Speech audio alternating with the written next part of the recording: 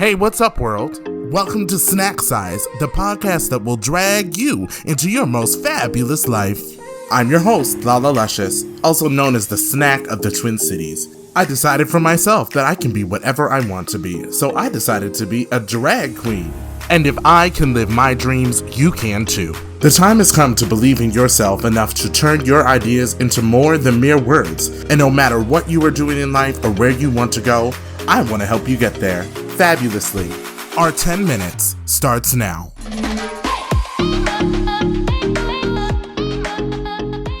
Hey snacks, welcome back to Snack Size. And before we get started today, I just want to say thank you for being on this journey with me. It's been amazing hearing from you and getting to know all my snack friends all over the world. So if you are inspired by something on one of the episodes or just want to talk, you're always welcome to email me at lala@snacksizepodcast.com. I mean it when I say I always look forward to hearing from you. I want to talk about something I feel like I probably should have talked about before now. I was going to do a completely different topic, but then it occurred to me that I've been creating this podcast based on a big assumption. Most of these episodes have catered to people who know what their happy and fulfilled life is and just need a little encouragement to get where they want to go. Today, I want to ask the question, what if you don't know what would make you happy or what you are passionate about? So for those of you out there who don't know, this episode is for you.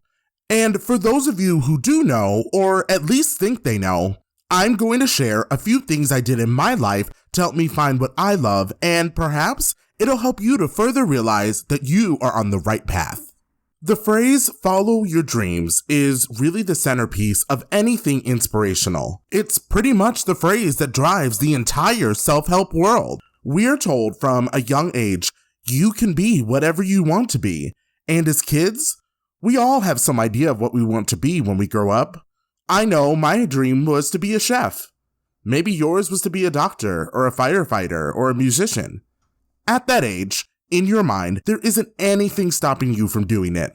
But then life happens. You mature and your dreams and goals may change.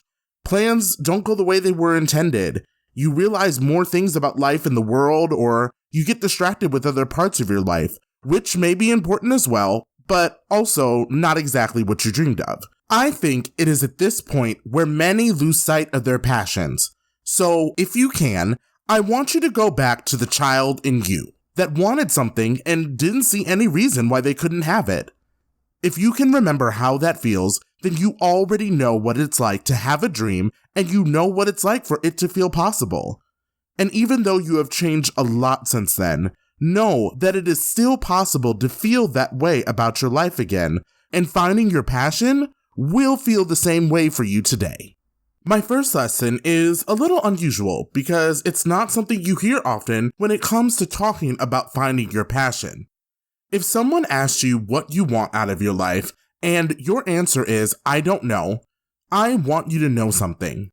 That is okay. There's nothing wrong with not knowing. In fact, it's a part of finding yourself that everyone goes through. Anyone who knows what they want out of life at some point didn't know. So accept the fact that you don't know yet, and don't feel bad or rush into anything just because you feel a need to have a passion. That is not how this works. It's really the next part that counts. So if someone says they don't know what they want, they usually get a follow-up question of, well, what do you like? Or what inspires you? Which to me is really asking the same things in just a slightly different way.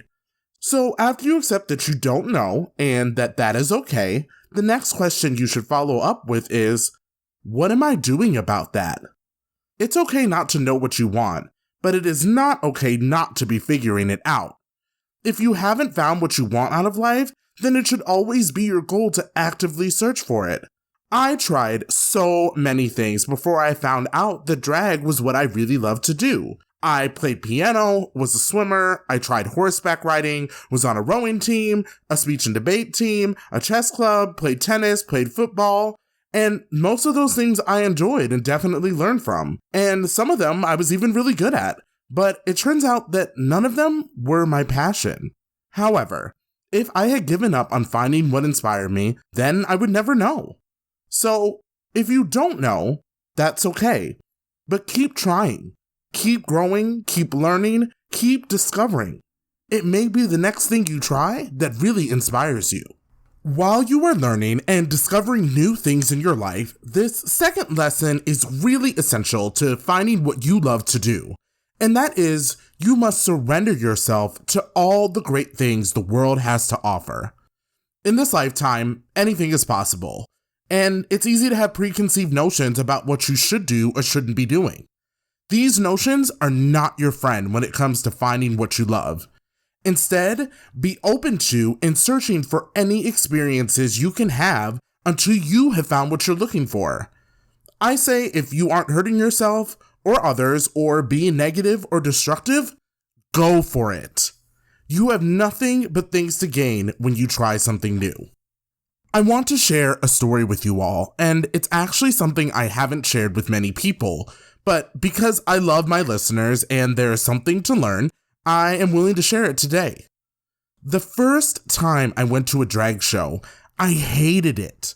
Or at least hate was what I thought I was feeling. It made me really uncomfortable because at that point in my life, it challenged everything I knew about being a man. I remember telling my best friend, I just don't understand why anyone would do that. And his response was, Kevin, I think you would probably be good at it. My friend saw something in me that I hadn't seen in myself yet. Clearly, a lot has changed since then, but I was young and knew way less about the world and about myself than I do now, and in hindsight, I realized that I was probably just scared. There is a preconceived notion that finding your passion is going to be this 100% happy thing in your life, and when you find it, the clouds part, the sun shines down, and life looks and feels like a Downy commercial. Okay, maybe that example was a little too much, but you get the point. I can tell you from my experience, the first time I saw my passion staring right back at me scared me, because I had never seen it before, and I wasn't in touch with the parts of me that would eventually grow to love it. I can promise you that finding what you love will bring you happiness in this life, but the process of finding it can sometimes be scary and uncomfortable. Trying new things and living your life outside of whatever box it is in is a challenge and not easy to do, but you have to be open to allowing that whatever it is will make you happy and fulfilled to come into your life. As American President Thomas Jefferson said, if you want something you never had, you must be willing to do something you have never done.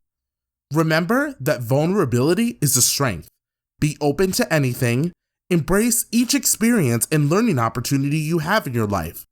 This will keep you on the path not only to finding what you love, but also on the path to a happy and fulfilled life. When you have found your passion, it will awaken things in you that you have never felt before. You will be both excited and nervous in a way that is almost disorienting, and the only way you can seem to pull yourself back together is through pursuing what you love. And that is where my third lesson comes in. Once you have found your passion, develop it. Remember at the beginning of this episode, I was talking about the phrase, follow your dreams? The phrase is inspiring, but what many don't take into consideration is that inspiration is just the first step. The good news is that once something inspires you, it feels easier to put in the work and develop and grow in whatever it is you love to do. Also, don't limit yourself to one thing to make you happy and fulfilled in life. Once you have found the first thing that truly inspires you, there are going to be lots of things you may find along the way. Being a drag queen led me into my love for designing and creating costumes, directing and hosting shows, and now podcasting. All of which were talents I did not know I had until I started doing drag. What I did was take time and develop each of those skills, so when I need to use them, I know what I'm doing. For you, this may be different. Let's say you really like playing sports, so much that you'd like to be a coach. Through coaching, you find that you really like motivating people, so in addition to coaching, you also want to be a motivational speaker. This is an example of how your passions and inspirations can lead you to other amazing things in your life, and that is something to really look forward to. But if you are one of the people that don't know what they want yet, it really is all about finding that first thing that lights you up. So remember, it's okay not to know. Surrender yourself to all the great things in this world, and you will know you found what you're looking for if it awakens a part of you you didn't realize existed. Until next time, see you later, Snack. Hey, Snack! I hope you enjoyed this episode of Snack Size. I also want to let you know that this podcast is now on iHeartRadio. Download the iHeartRadio app and follow Snack Size the podcast so you don't miss out on any of my content exclusive to iHeartRadio. Also, check out my new website, www.snacksizepodcast.com, where you can listen to all your favorite episodes and more. Until next time, go be fabulous.